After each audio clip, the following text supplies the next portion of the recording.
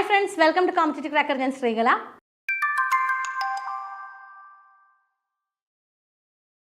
May 24 തീയതിയാണ് നമ്മുടെ degree പ്രിലിംസിന്റെ ആദ്യഘട്ട പരീക്ഷ എന്ന് പറയുന്നത്. സെക്രട്ടറി അസിസ്റ്റന്റ് SI പോലുള്ള തസ്തികകളിലേക്ക് നടക്കുന്ന പ്രിലിമിനറി പരീക്ഷയാണ് മെയ് 24 തീയതി ആദ്യഘട്ടം നടക്കാൻ പോകുന്നത്. അപ്പോൾ ഈ ഒരു വീഡിയോ എടുക്കുന്ന സമയം വെച്ച് നോക്കുകയാണെന്നുണ്ടെങ്കിൽ നമുക്കിനി അങ്ങോട്ട് ഏകദേശം ഒരു 33 ദിവസത്തിനടുത്ത് നമ്മൾക്ക് എക്സാമിലേക്കുണ്ട്. ഈ 33 ദിവസം കൊണ്ട് എന്ത് ചെയ്താൽ ഡിഗ്രി പ്രിലിംസ് ക്വാളിഫൈ ചെയ്യാൻ പറ്റും? ഇനി ക്വാളിഫൈ ചെയ്യാൻ പറ്റൂ? ഞാൻ പഠിച്ചു തുടങ്ങിയിട്ടില്ല, പക്ഷെ എനിക്ക് പഠിച്ച് ട്രൈ ചെയ്ത് നോക്കണം എന്നുണ്ട്, അങ്ങനെ ചെയ്തതുകൊണ്ട് പ്രയോജനമുണ്ടോ എന്നൊക്കെ ചിന്തിക്കുന്ന ഒരുപാട് കുട്ടികളുണ്ട് നമ്മുടെ ഇടയിൽ, അല്ലേ? അപ്പോൾ ആദ്യം മനസ്സിലാക്കേണ്ട ഒരു കാര്യം എന്ന് പറയുന്നത്, ഈ 33 ദിവസം നമ്മൾ കൃത്യമായിട്ട് ഇൻവെസ്റ്റ് ചെയ്യുകയാണെന്നുണ്ടെങ്കിൽ നമുക്ക് ഡിഗ്രി പ്രിലിംസ് ക്വാളിഫൈ ചെയ്യാൻ പറ്റും. എന്തുകൊണ്ടാണ് അങ്ങനെ പറയുന്നതെന്ന് വെച്ചാൽ, കഴിഞ്ഞ 3 പ്രാവശ്യങ്ങളിലെ അല്ലെങ്കിൽ ഇതുവരെ തൊട്ട് മുൻപ് കഴിഞ്ഞ ഒരു 3 പ്രാവശ്യത്തെ ഡിഗ്രി പ്രിലിംസിൻ്റെ കട്ട് ഓഫ് എന്ന് പറയുന്നൊരു ഫിഗർ ഉണ്ട്. അത് നിങ്ങൾ കൃത്യമായിട്ട് അനലൈസ് ചെയ്ത് നോക്കിയാൽ 47-നും 53-നും ഇടയിലാണ് ഇതിൻ്റെ കട്ട് ഓഫ് വരുന്നത്. പ്രിലിമിനറി എക്സാം ക്വാളിഫൈ ചെയ്താൽ മതി നമുക്ക് മെയിൻസിലേക്ക് എഴുതാനായിട്ട്, അല്ലേ? മെയിൻസ് നന്നായി പഠിച്ച് നമുക്ക് റാങ്കിലേക്ക് ഉറപ്പ് വരുത്താം. ആദ്യത്തെ ലക്ഷ്യം എന്ന് പറയുന്നത് പ്രിലിംസ് ക്വാളിഫൈ ചെയ്യുക എന്നുള്ളതാണ്. അപ്പോൾ അതിൻ്റെ കട്ട് ഓഫ് മാർക്കിൻ്റെ റേഞ്ച് കഴിഞ്ഞ പ്രാവശ്യങ്ങളിൽ വെച്ച് നോക്കുകയാണെങ്കിൽ 47-നും 53-നും ഇടയിലാണ് വന്നിരിക്കുന്നത്. നമുക്ക് ഇപ്രാവശ്യത്തെ കട്ട് ഓഫ് മാർക്ക് ഒരു 5 മാർക്ക് കൂട്ടിപ്പിടിക്കാം, അതായത് ഒരു 58 മാർക്ക് ആയിരിക്കും കട്ട് ഓഫ് എന്ന് നമുക്കങ്ങ് വിചാരിക്കാം. അത്രയും കട്ട് ഓഫ് ഉയരും എന്നല്ലാട്ടോ ഞാൻ പറഞ്ഞു വരുന്നത്.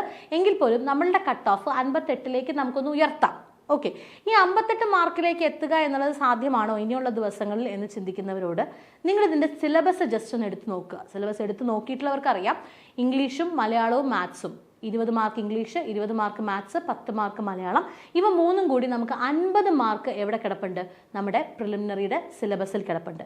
ഈ 50 മാർക്കിൽ നിങ്ങൾക്കൊരു 40 മാർക്കിലേക്ക് എത്താൻ സാധിച്ചാൽ തീർച്ചയായിട്ടും എന്ത് ചെയ്യാൻ പറ്റും?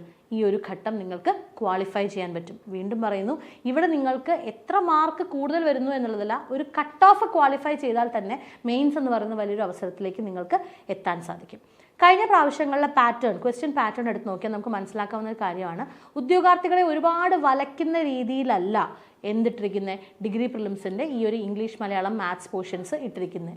ശരാശരി ഉദ്യോഗാർത്ഥിക്ക് പോലും അത്യാവശ്യം നല്ല രീതിയിൽ തന്നെ ചെയ്ത് 40 മാർക്കിലേക്ക് എത്താൻ പറ്റുന്ന രീതിയിൽ തന്നെയാണ് ഈ ഒരു 50 മാർക്ക് അവിടെ ക്രോഡീകരിച്ചിരിക്കുന്നത്.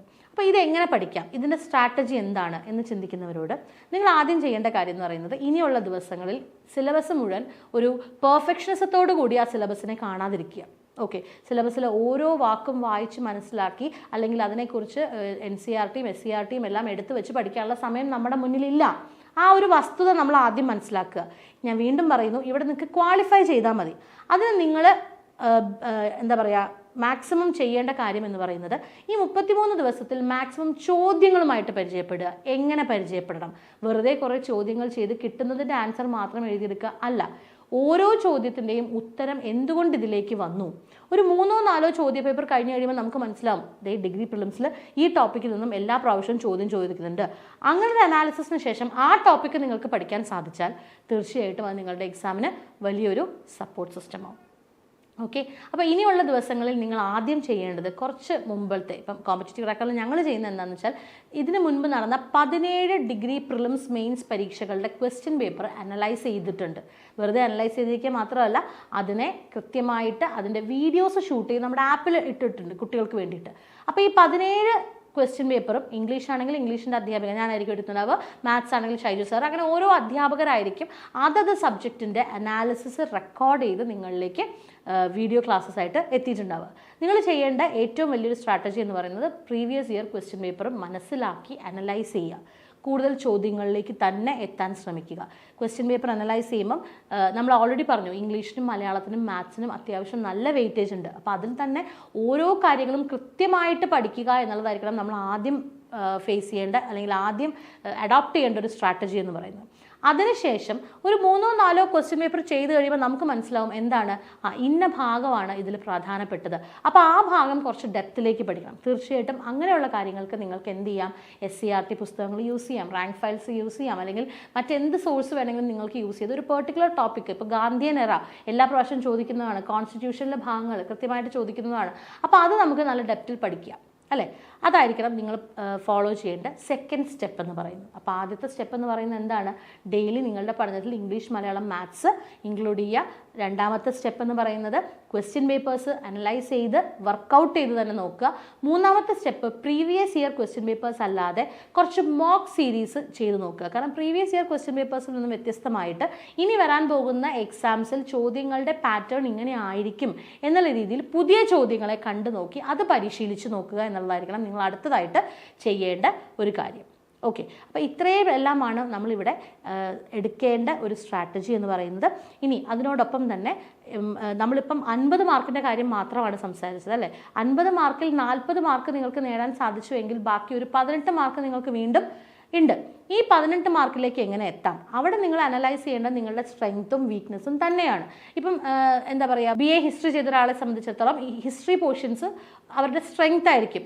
Indian history, world history, Kerala history കൃത്യമായിട്ടത് പഠിച്ചാൽ അവർക്കത് ഗ്രാബ് ചെയ്യാൻ പറ്റും. ചിലരെ സംബന്ധിച്ചിടത്തോളം സയൻസ് വിഷയങ്ങളായിരിക്കും എളുപ്പം അല്ലേ. അപ്പോൾ എന്താണോ നിങ്ങളുടെ സ്ട്രെങ്ത്ത് അതിനെ കൃത്യമായിട്ട് നിങ്ങൾ പാലിക്കുക. നിങ്ങൾക്ക് ഒരുപക്ഷെ കൃത്യമായി പേപ്പർ വായിക്കുന്നത് കൊണ്ട് തന്നെ കറണ്ട് അഫയേഴ്സ് ആയിരിക്കും കുറച്ചും കൂടി എളുപ്പം. കറണ്ട് അഫയേഴ്സിന് ഡെയിലി കുറച്ച് ഇമ്പോർട്ടൻസ് കൊടുത്ത് തന്നെ നിങ്ങളുടെ പഠനം മുന്നോട്ട് കൊണ്ടുപോവുക.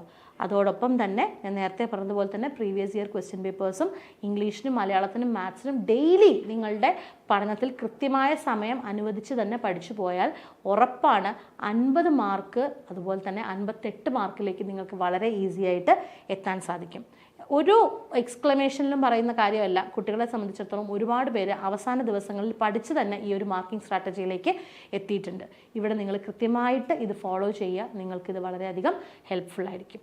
ഓക്കെ, കോമ്പറ്റേറ്റീവ് റാക്കറിൻ്റെ 3 എക്സാം സീരീസ് അല്ലെങ്കിൽ 3 തരത്തിലുള്ള കോഴ്സസ് ഈ ഒരു സമയം നിങ്ങൾക്ക് അവൈലബിൾ ആണ്. അതിൽ ഏറ്റവും പ്രധാനപ്പെട്ടത് നമ്മുടെ സെക്രട്ടേറിയറ്റ് അസിസ്റ്റന്റ് മിറാക്കിൾ വളരെ വിജയകരമായിട്ട് തന്നെ മുന്നോട്ട് പോകുന്ന ഒരു ബാച്ചാണ്. ഡെയിലി 2 മണിക്കൂറത്തെ ക്ലാസ്സസ് ഓരോ സബ്ജക്റ്റിനെ ബേസ് ചെയ്ത് ഡെയിലി 2 മണിക്കൂറത്തെ ക്ലാസ്സസുമായിട്ട് അധ്യാപകർ നിങ്ങളിലേക്ക് എത്തുന്നുണ്ട്. അതുകൂടാതെ മൊബൈൽ ആപ്ലിക്കേഷനിൽ ഇതിനെ ബേസ് ചെയ്തിട്ട് ക്ലാസ്സുകളും റെക്കോർഡഡ് സെഷൻസും നിങ്ങൾക്ക് അവൈലബിൾ ആണ്. മിറാക്കിൾ ബാച്ച് വളരെ സക്സസ്ഫുള്ളി മുന്നോട്ട് പോകുന്നുണ്ട്. രണ്ടാമതായിട്ട് നിങ്ങൾക്ക് ടെസ്റ്റ് സീരീസ് 10 ടെസ്റ്റ് സീരീസ് നിങ്ങളിലേക്ക് അവൈലബിൾ ആവുന്നുണ്ട്. ഈ 10 ടെസ്റ്റ് സീരീസ് നിങ്ങൾക്ക് ചെയ്ത് നോക്കുന്നതിലൂടെ അല്ലെങ്കിൽ ആ ക്വസ്റ്റ്യൻസ് പരിചയപ്പെടുന്നതിലൂടെ നിങ്ങളുടെ എക്സാം സ്കിൽസ്, ടൈം മാനേജ്മെൻറ്റ് പോലുള്ള എക്സാം സ്കിൽസ് നിങ്ങൾക്ക് വളർത്തിയെടുക്കാവുന്നതാണ്. അതോടൊപ്പം തന്നെ ഞാൻ നേരത്തെ പറഞ്ഞതുപോലത്തെ നമ്മളുടെ മൂന്നാമത്തെ കോഴ്സ് എന്ന് പറയുന്നത് ഇതിന് മുൻപ് നമ്മൾ ഡിസ്ക്രൈബ് ചെയ്ത പോലെ 17 വർഷത്തെ ഇതിന് മുൻപ് കഴിഞ്ഞ 17 വർഷത്തെ ക്വസ്റ്റ്യൻ പേപ്പറിൻ്റെ വിത്ത് സൊല്യൂഷൻ നിങ്ങളിലേക്ക് വളരെ ചെറിയൊരു എമൗണ്ടിലേക്ക് എത്തുന്നുണ്ട്. അപ്പോൾ ഇവിടെ വീഡിയോ ക്ലാസ് സൊല്യൂഷൻസ് ആയിരിക്കും. എന്തുകൊണ്ട് ഓരോ ചോദ്യത്തിനും ഈ ഒരു ഉത്തരം വന്നു, എന്തുകൊണ്ട് ഓപ്ഷൻസ് ഇങ്ങനെ വന്നു എന്നുള്ള കാര്യങ്ങളെ എല്ലാം കൃത്യമായിട്ട് നിങ്ങൾക്ക് മനസ്സിലാക്കി തരുന്ന ഭാഗങ്ങളാണ് നമ്മളുടെ വീഡിയോ ക്ലാസ്സസിലെ സൊല്യൂഷൻസിലൂടെ നിങ്ങളിലേക്ക് എത്തുന്നത്. അപ്പോൾ ഈ 3 കോഴ്സിലും നിങ്ങൾക്ക് തീർച്ചയായിട്ടും ഏതാണോ നിങ്ങൾക്ക് കൺവീനിയൻറ്റ് അത് ചൂസ് ചെയ്യുക. ഇനിയുള്ള ദിവസം ശ്രമിക്കേണ്ടത് തന്നെയാണ്. ശ്രമം വിട്ടുകളയാനുള്ള സമയം ഇതുവരെ ആയിട്ടില്ല. കാരണം 2ാം ഘട്ടം പരീക്ഷ വീണ്ടും വരുന്നുണ്ട്. നമുക്ക് ആദ്യഘട്ട പരീക്ഷയുടെ 15 ദിവസം മുമ്പായിരിക്കും ഹോൾ ടിക്കറ്റ് വരുന്നത്. വീണ്ടും അടുത്ത പരീക്ഷ ജൂണിലാണ്. തീർച്ചയായിട്ടും നിങ്ങൾക്ക് മുന്നിൽ സമയമുണ്ട്. പ്രതീക്ഷയോടുകൂടി മുന്നോട്ട് പോവുക, നന്നായിട്ട് പഠിക്കുക, അവധികളൊക്കെ കൃത്യമായിട്ട് യൂസ് ചെയ്യുക. കോമ്പറ്റേറ്റീവ് റാക്കർ ചാനൽ ആദ്യമായിട്ടാണ് കാണുന്നതെങ്കിൽ സബ്സ്ക്രൈബ് ചെയ്യുക, ഫ്രീ ഗ്രൂപ്പിൽ ജോയിൻ ചെയ്യുക. നമ്മുടെ മാരത്തോൺ സെഷൻസും എല്ലാം നിങ്ങളിലേക്ക് അധികം വൈകാതെ തന്നെ എത്തുകയാണ്. നന്നായിട്ട് തന്നെ പഠിക്കുക. ശ്രമം നിർത്തേണ്ട സമയം ഇതുവരെ ആയിട്ടില്ല. ശ്രമിച്ചുകൊണ്ടേയിരിക്കുക. You have time. അതെപ്പോഴും ഓർക്കുക, വീണ്ടും യൂസ് ചെയ്യുക കേട്ടോ. അപ്പോൾ നമുക്ക് വീണ്ടും കാണാം മറ്റൊരു വീഡിയോയിലൂടെ. Thank you so much.